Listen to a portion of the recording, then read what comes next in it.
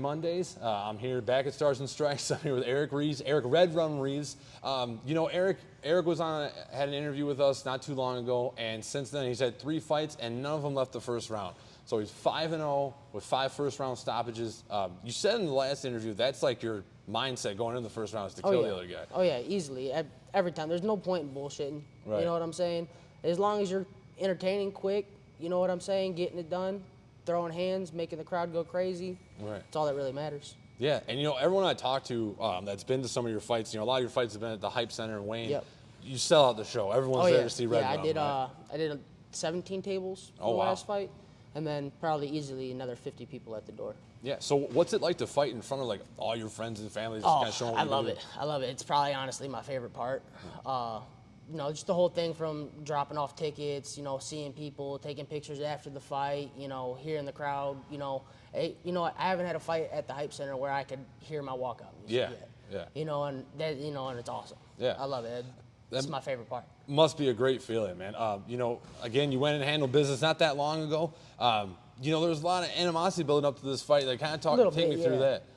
Just the kid just talks too much.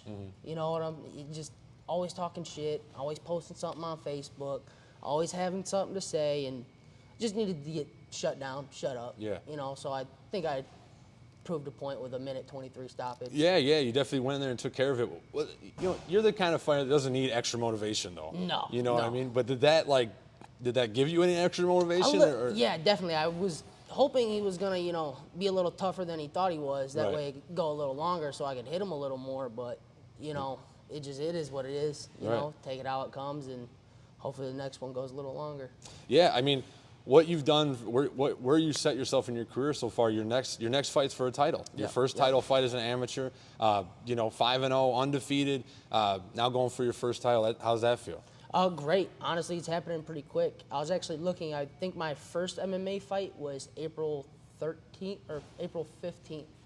And then I'll be fighting. Of 24. Yeah, and so I'll be fighting April 12th of 25. So little less than a full year with 5 fights, going in for a belt for my 6th fight. Yeah. Pretty happy with that. Yeah, I'm absolutely. hoping to be turning maybe pro by the end of this year. Okay.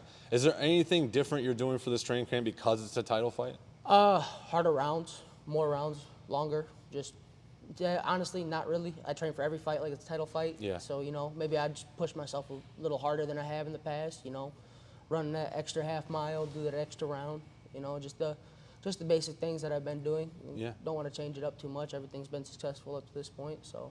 Yeah. So your next fight is against Brendan Baker. He's 4-2. I believe he has a title in another promotion as well. I'm not sure, but I think I saw him with a belt around his waist. Either way, you know, tough opponents. Got just as many fights as you've been fighting for a long time. You know, kind of got to take this guy a little bit more seriously, I think, than the other fights, right?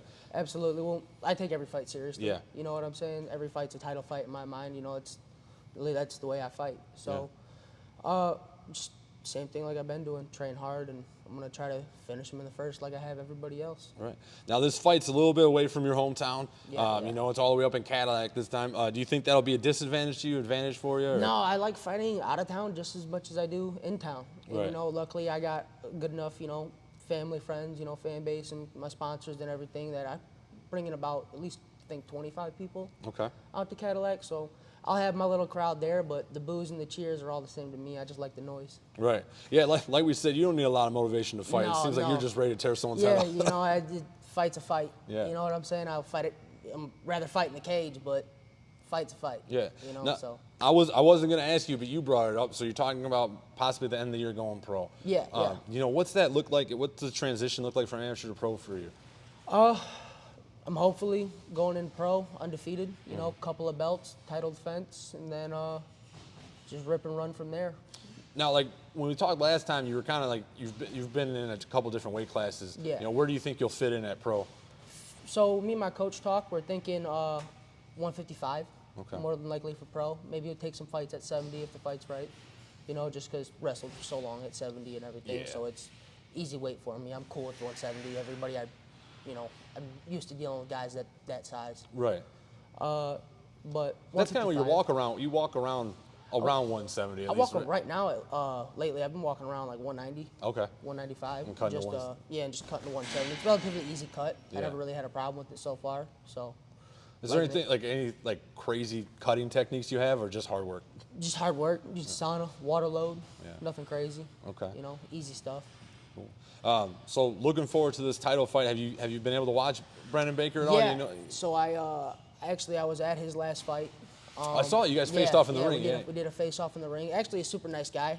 You know. Yeah. So it's actually one of the first opponents that I've met before I've actually fought. Yeah. So it's nice to be able to put a face to a name. See something, but game plan's still the same. First round finish. Yeah. Now, do you feel like you match up well with his skills? Yeah. I think I have a little more of an advantage just because of my aggressiveness and my wrestling. But that's same as everything.